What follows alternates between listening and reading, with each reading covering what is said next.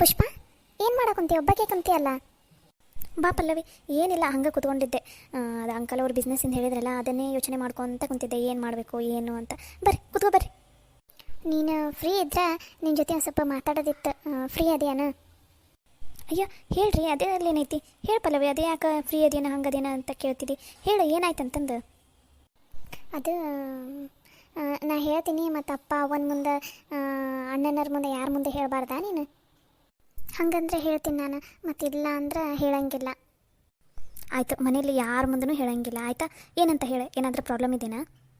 First ಕುತ್ಕೋ, ಆಮೇಲೆ ಮಾತಾಡಂತೆ ಅಂತ. ನಿಂತ್ಕೊಂಡು ಇದಕ್ಕೆ ಮಾತಾಡಕೊಂತಿದ್ದಿ? ಬಾ ಕುತ್ಕೋ ಬಾ. ಇಲ್ಲ ಇಲ್ಲ, ಇಷ್ಟ ತನಕ ಕುತ್ಕೊಂಡು ಕಾಲು ಹಿಡ್ಕೊಂಡಂಗೆ ಆಗ್ಬಿಟ್ಟವು. ನಾನು ನಿಂತ್ಕೋತೀನಿ, ಪರವಾಗಿಲ್ಲ, ಇಲ್ಲೇ ನಿಂತ್ಕೊಂಡು ಮಾತಾಡ್ತೀನಿ ತಗೋ. ಸರಿ ಆಯಿತು, ಏನಂತ ಹೇಳು. ಪುಷ್ಪ, ನಮ್ಮ ಗಂಡನ ಮನೆಯಲ್ಲಿ ನಾನು ನೆಮ್ಮದಿಯಾಗಿ ಆರಾಮಾಗಿ ಖುಷಿಯಾಗಿ ಇಲ್ಲ ಪುಷ್ಪ. ನನಗೆ ಗೊತ್ತಿತ್ತು ಪಲ್ಲವಿ, ಈ ಡೌಟ್ ನನಗೆ ಅವತ್ತು ನಾನು ನಿನ್ನ ಜೊತೆ ಮಾತಾಡಿದೆ ಅಲ್ಲ ಫೋನಲ್ಲಿ ಫಸ್ಟ್ ಟೈಮ್, ಅವತ್ತೇ ನನಗೆ ಯಾಕೋ ಡೌಟ್ ಬಂತು. ಅತ್ತೆರಿಗೂ ಅಂದೆ ನಾನು, ಪಲ್ಲವಿಯರೆಲ್ಲ ಆರಾಮದಾರ ಏನಂತ ಕೇಳಿದೆ. ಅವರು ಇಲ್ಲ ಆರಾಮಾಗದ ಅಂತಂದ್ರೆ, ನಾನು ಹಿಂಗೆ ಬಂದ ಮೇಲೆ ಕೇಳಬೇಕಂತ ಅಂದ್ಕೊಂಡಿದ್ದೆ. ಮತ್ತು ನೀವು ಏನಾದರೂ ತಿಳ್ಕೊತೀರಿ ಏನು ಅಂತಂದು ಕೇಳಿಲ್ಲ ನಾನು. ಹೌದು ಪುಷ್ಪ, ನೀ ಹೇಳಿದ ನಿಜ. ನಾನು ನನ್ನ ಗಂಡನ ಮನೆಯಲ್ಲಿ ಆರಾಮಾಗಿ ಇಲ್ಲ, ಖುಷಿಯಾಗಿ ಅಲ್ಲ, ಅಟ್ಲೀಸ್ಟ್ ನೆಮ್ಮದಿಯಿಂದ ಕೂಡ ಇಲ್ಲ ನಾನು ನನ್ನ ಗಂಡನ ಮನೆಯಲ್ಲಿ. ಯಾಕೆ ಪಲ್ಲವಿ, ಏನಾಯಿತು? ಅದೇನಂತ ಹೇಳು. ಅದೆಂಥ ಪ್ರಾಬ್ಲಮ್ ಆದ್ರೂ ಸರಿ, ಅದನ್ನು ನಾನು ಬಗೆಹರಿಸ್ತೀನಿ. ನನ್ನ ಮೇಲೆ ನಂಬಿಕೆ ಇಡು ನೀನು. ಇದನ್ನು ನನ್ನ ಮನೇಲಿ ಯಾರ ಮುಂದೂ ಹೇಳಂಗಿಲ್ಲ ಆಯಿತಾ? ಹೇಳು ಅದೇನಂತಂದು. ಬರೀ ನಮ್ಮ ಅತ್ತಿ ಕಾಟ, ನನ್ನ ಗಂಡ ಬರೀ ನಮ್ಮ ಅತ್ತಿದ ಮಾತು ಕೇಳ್ತಾನೆ. ನನಗೆ ಬರೀ ದುಡ್ಯಾಕೆ ಹೋಗು ಹೊರಗಡೆ, ಏನು ಕೆಲಸ ಆದರೂ ಪರವಾಗಿಲ್ಲ, ನೀ ದುಡ್ಯಾಕೆ ಹೋಗು, ಮನ್ಯಾಗ ಕುತ್ಕೊಳಕ್ಕೆ ಹೋಗಬೇಡ ನೀನು ಅಂತಂತ. ನಾ ಹೊರಗಡೆ ದುಡಿಯೋಕೆ ಹೋದ್ರೆ ನನ್ನ ಮಕ್ಕಳಿಗೆ ಅಡುಗೆ ಮಾಡೋರು ಉಣ್ಸೋರು ಯಾರೂ ಇಲ್ಲ.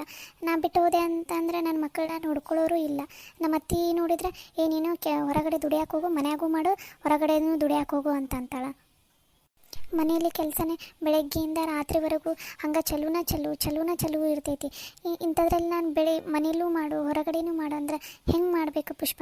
ಅದು ಅಲ್ಲದೆ ನಂಗೆ ನನ್ನ ಮಕ್ಕಳನ್ನ ಮನ್ಯಾಗ ಇವ್ರ ಕೈಯಲ್ಲಿ ಬಿಟ್ಟು ಹೋಗೋಕೆ ನನಗೆ ಮನಸ್ಸೇ ಇಲ್ಲ. ಇಲ್ಲಾಂದರೆ ನಾನು ದುಡಿಯೋದಕ್ಕೇನು ಹೆದರೋದಿಲ್ಲ, ನಾನು ಹೊರಗಡೆ ಹೋಗಿ ದುಡಿತೀನಿ. ಆದರೆ ನನ್ನ ಮಕ್ಕಳನ್ನ ನೋಡ್ಕೊಳ್ಳೋರು ಯಾರು? ನನ್ನ ಗಂಡ ಒಮ್ಮಿಗೆ ಕೆಲಸಕ್ಕೆ ಹೋದ ಅಂದರೆ ಬೆಳಗ್ಗೆ ಹೋದ, ಒಮ್ಮಿಗೆ ಸಂಜೆ ಮುಂದೆ ಬರ್ತಾನೆ. ಅಥವಾ ನನ್ನ ಗಂಡ ಬರೋಷ್ಟಿಗೆ ನಮ್ಮ ಅತ್ತೆ ನಾಟಕ ಮಾಡ್ಕೊಂಡು ಕುತ್ಕೊಂಡ್ಬಿಡ್ತಾಳೆ. ನಮ್ಮ ಅತ್ತೆ ಹೇಳಿದ್ದನ್ನೇ ಅಷ್ಟೇ ನಂಬ್ತಾನೆ ನನ್ನ ಗಂಡ.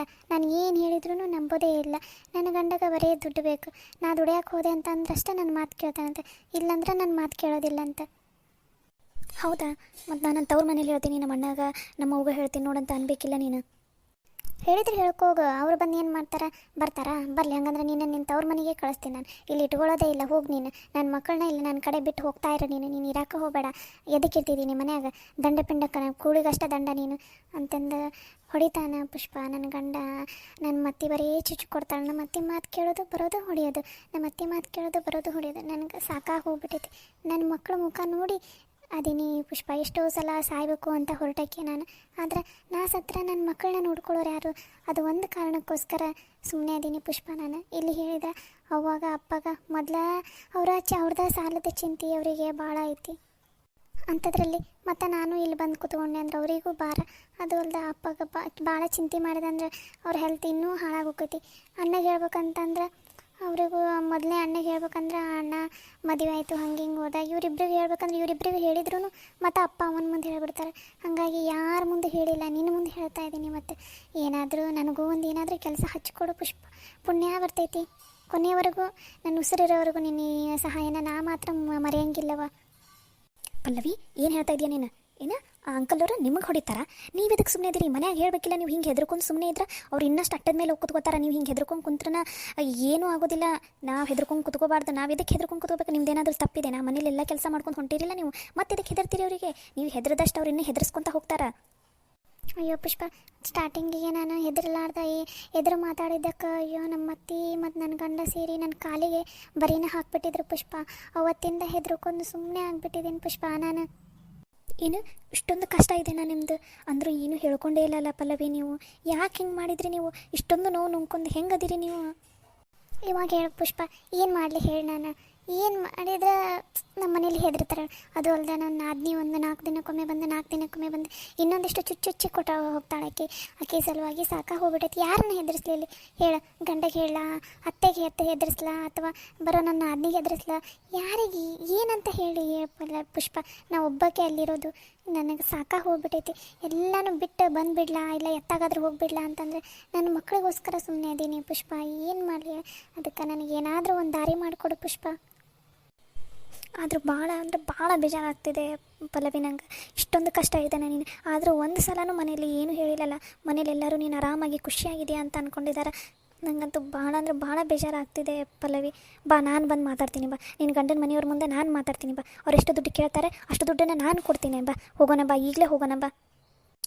ಬೇಡ ಪುಷ್ಪ, ಬೇಡ. ಅದು ಸರಿ ಅನಿಸೋದಿಲ್ಲ. ನೀನು ಅವರು ದುಡ್ಡಿನ ದೆವ್ವಗಳು, ಅವ್ರ ಮೈಯಲ್ಲಿ ದುಡ್ಡಿನ ದೆವ್ವ ಹೋಗ್ಕೊಂಡೈತಿ. ನೀನು ಈಗ ದುಡ್ಡು ಕೊಟ್ಟೆ ಅಂದರೆ ಮತ್ತೆ ಇನ್ನೊಂದು ಸ್ವಲ್ಪ ದಿನ ಬಿಟ್ಟು ಮತ್ತೆ ನನಗೆ ದುಡ್ಡು ಬೇಕು ಅಂತ ಮತ್ತೆ ನನಗೆ ಕಾಡಿಸ್ತಾರೆ. ಎಷ್ಟು ಸಲ ಅಂತ ತಂದು ಕೊಡ್ತಿದ್ದಿ ಹೇಳಿ ನೀನು? ಅದು ಅಲ್ಲದೆ ನಿನಗೂ ಹೆದರಂಗಿಲ್ಲ ಪುಷ್ಪ. ಅವರು ಸರಿ ಇಲ್ಲ ಅವರು. ಅದಕ್ಕೆ ನಾನೇ ದುಡಿತೀನಿ. ನನ್ನ ಕಾಲ ಮೇಲೆ ನಾನು ಎತ್ಕೋತೀನಿ. ಅವರು ಹಂಗನಲ್ಲಿ ಇರೋದಕ್ಕೆ ತಾನೇ ನನಗೆ ಅವ್ರು ಇಷ್ಟೆಲ್ಲ ಅಂತ ಇರೋದು. ನಾನು ದುಡ್ದೆ ಅಂದರೆ ನಾನು ಅವಾಗ ನನ್ನ ಗಂಟೆಗೆ ಏನಾದರೂ ಹೇಳಿ ನಾನು ಆ ಮನೆಯಿಂದ ಹೊರಗಡೆ ಬಂದುಬಿಡ್ತೀನಿ. ನಾನು ನನ್ನ ಗಂಡ ನನ್ನ ಮಕ್ಕಳು ಅಂತ ಇದ್ಬಿಡ್ತೀನಿ. ಇನ್ನೊಬ್ಬ ಮಗ ಅದನ್ನಲ್ಲ, ಅವ್ನು ಬೇಕಾದ್ರೆ ಅವ್ರನ್ನ ನೋಡ್ಕೊಳ್ಳಿ. ಮತ್ತು ಅವ್ರು ಇನ್ನೊಬ್ಬ ಮಗನ ಹತ್ರ ಎದಕ್ಕೆ ಹೋಗಂಗಿಲ್ಲ? ಆಕೆ ಇನ್ನೊಬ್ಬಕ್ಕೆ ಸೊಸೆ ಇವ್ರನ್ನ ಸೇರಂಗಿಲ್ಲ. ಈಕೆ ಹಿಂಗೆ ಮಾಡೋದಕ್ಕನ ಅವರಿಬ್ಬರು ಮನೆಯಿಂದ ಹೊರಗಡೆ ಹೋಗ್ಬಿಟ್ರು. ಅವರಿಬ್ಬರು ಗಂಡ ಹೆಂಡತಿ ಮಧ್ಯೆನೂ ಹಿಂಗೆ ಜಗಳ ಹಚ್ತಿರ್ಲಿಕ್ಕೆ ನಮ್ಮ ಅತ್ತೆ. ಆಕೆ ಸುಮ್ಮನೆ ಇರಲಿಲ್ಲ. ಆಕೆ ಈ ಗಂಡನ ಕರ್ಕೊಂಡು ಹೋಗ್ಬಿಟ್ಲು. ಆದರೆ ನನ್ನ ಗಂಡ ನನ್ನ ಮಾತಾ ಕೇಳ್ತಾ ಇಲ್ಲ. ಏನಾದರೂ ಹೆಚ್ಚು ಕಮ್ಮಿ ಹೇಳಿದರೆ ನೀನು ದುಡ್ಡಿಟ್ಟುಕೋ, ಆವಾಗ ಬೇರೆ ಹೋಗೋಣಂತ. ನೀ ದುಡಿಯೋವರೆಗೂ ನಾವು ಮನೆ ಬಿಟ್ಟು ಬೇರೆ ಹೋಗೋಂಗಿಲ್ಲ, ಇಲ್ಲೇ ಇರೋದ ಬೇರೆ ಆಗೋದಿಲ್ಲ ಅಂತ ಹೇಳಿಬಿಟ್ಟ. ಅದಕ್ಕೆ ನಾನು ದುಡ್ದೆ ಅಂದರೆ ನನ್ನ ಗಂಡ ನನ್ನಿಂದ ಸರಳಾಗಿ ಬರ್ತಾನೆ ಪುಷ್ಪ. ಹಾಗಾದರೆ ನೀನು ದುಡಿದ್ರೆ, ನಿನ್ನ ಹತ್ರ ರೊಕ್ಕ ಇದ್ರೆ, ನೀನು ದುಡ್ಡು ಮಾಡ್ಕೊಂಡೆ ಅಂದ್ರೆ ನಿಮ್ಮ ಗಂಡ ನಿಮ್ಮ ಜೊತೆ ಹೊರಗಡೆ ಬರೋದಕ್ಕೆ ಒಪ್ಕೋತಾರ? ಹ್ಞೂ ಪುಷ್ಪ, ಒಪ್ಕೋತಾರೆ. ಅವ್ರು ಬರ್ತಾರೆ, ನನಗೆ ಗೊತ್ತೈತಿ. ಅಲ್ಲಿ ನಮ್ಮ ಅತ್ತಿ ಮನೆ ನಡ್ಸಕೊಂತಾಳೆ. ನನ್ನ ಗಂಡನ ಪಗಾರನೂ ಕಮ್ಮಿ ಐತಿ. ಅದಕ್ಕೋಸ್ಕರ ನನ್ನ ಗಂಡ ಮನೆಯಿಂದ ಹೊರಗಡೆ ಬರೋಕೆ ಹೆದರ್ತಾನೆ. ಬಂದಂದ್ರೆ ಮನೆ ನಡ್ಸೋದು ಹೆಂಗೆ ಅಂತಂದು. ಅದೇ ನಾನು ದುಡಿದೆ ಅಂದ್ರೆ ಇಬ್ಬರು ದುಡಿದ್ರೆ ನಮ್ಮ ಮನೆ ಆರಾಮ್ ನಡೀತೈತಿ ಪುಷ್ಪ. ಅದಕ್ಕೋಸ್ಕರ ನಂಗೆ ಮನೆಯಾಗ ಕುತ್ಕೊಂಡು ಏನಾದರೂ ಕೆಲಸ ಮಾಡೋದಿದ್ರೆ ಹೇಳ್ಕೊಡು ಪುಷ್ಪ. ಆಯಿತು ಪಲ್ಲವಿ, ನನಗಿನ್ನೂ 2 ದಿನ ಟೈಮ್ ಕೊಡು.